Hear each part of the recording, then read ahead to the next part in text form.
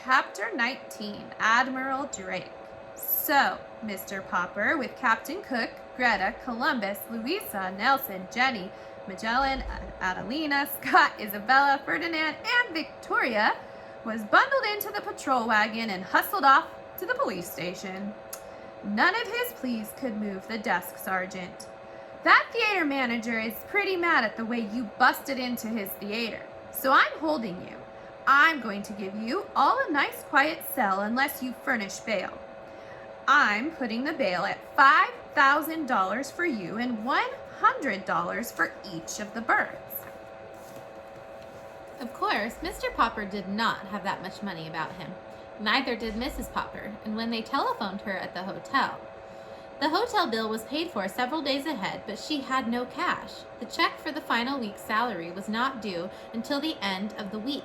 Indeed, it now looked as if the Poppers would never see that check, since they could not get the Penguins out of the jail long enough to put on their act at the Royal Theatre. If only they could have got in touch with Mr. Greenbaum. Mr. Popper knew that kind man would have got them out. But Mr. Greenbaum was somewhere in Hollywood out on the Pacific coast, and the Poppers had no idea how to reach him. It was very dull for the birds in jail.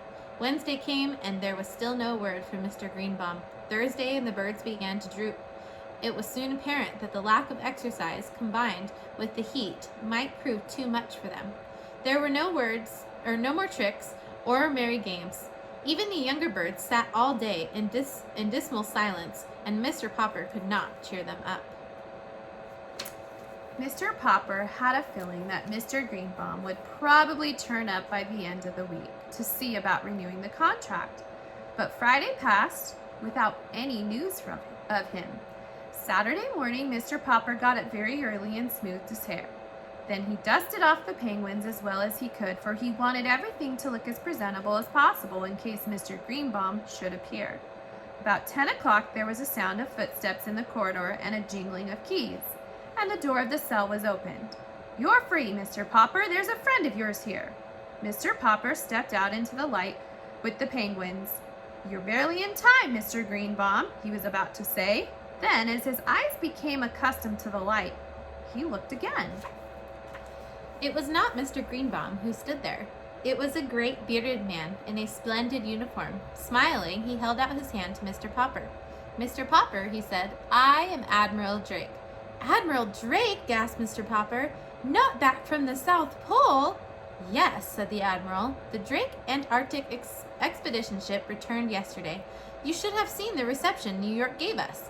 You can read about it in today's paper. But I read about the trouble you were having over the Penguins, and so here I am. I have a long story to tell you." "Could we go to the hotel and talk about it?" asked Mr. Popper. "My wife will be anxious to see us back." "Certainly," said the Admiral.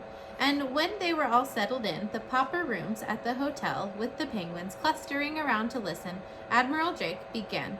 "Naturally, when I knew I was coming back to America, I often thought about the man whom I sent the Penguins. It takes us a long time to hear things down there, and I often wondered how you and the birds were getting along.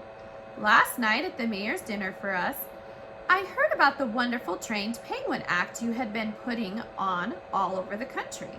This morning I picked up the paper, and the first thing I read was that Mr. Popper and his 12 penguins were still being held in jail. But 12 penguins? Mr. Popper, how on earth?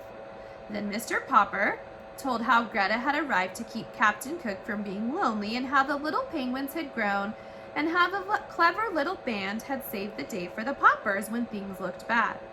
"It's amazing," said Admiral Drake. "I've seen a lot of penguins in my time, but never such educated ones as these. It certainly shows what patience and training can do. But now, to get to my real point, Mr. Popper, you probably know that I have explored the North Pole as well as the South Pole." "Oh, yes," said Mr. Popper respectfully. "I have read books about both your Arctic and Antarctic expeditions." "Well then," said the Admiral, "maybe you know why we explorers prefer the South Pole." "Could it be on the account of the Penguins, sir?" asked Janie, who had been listening very hard. Admiral Drake patted her head. "Yes, my dear. Those long polar nights get pretty dull when you have no pets to play with. Of course, there are polar bears up there, but you can't play with them. Nobody knows why there are no penguins at the North Pole. For a long time, the United States government has been wanting me to lead an expedition up there for the purpose of establishing a breed of penguins. I must come to the point, Mr. Popper. You've had such a remarkable success with these birds of yours. Why not let me take them to the North Pole and start a race of penguins there?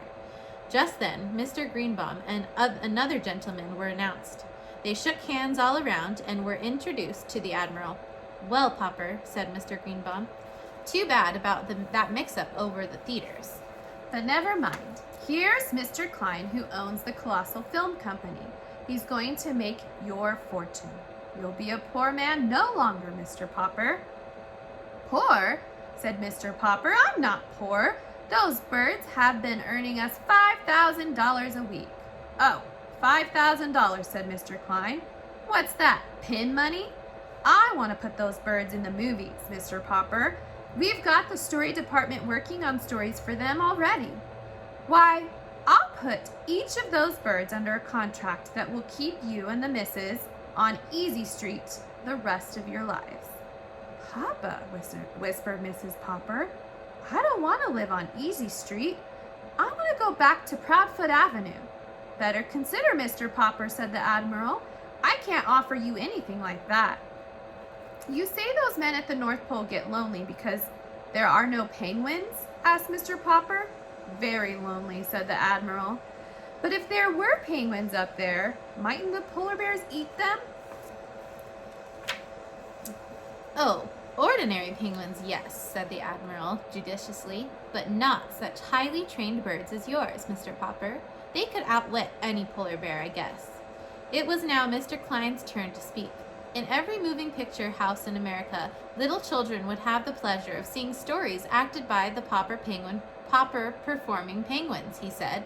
Of course, if we succeeded in establishing the breed at the North Pole, said the Admiral, the name might have to be changed a little. I imagine that hundreds of years from now, scientists would be calling them Popper Arctic penguins. Mr. Popper was silent for a moment. Gentlemen, he said, I want to thank you both. I'll give you my decision tomorrow.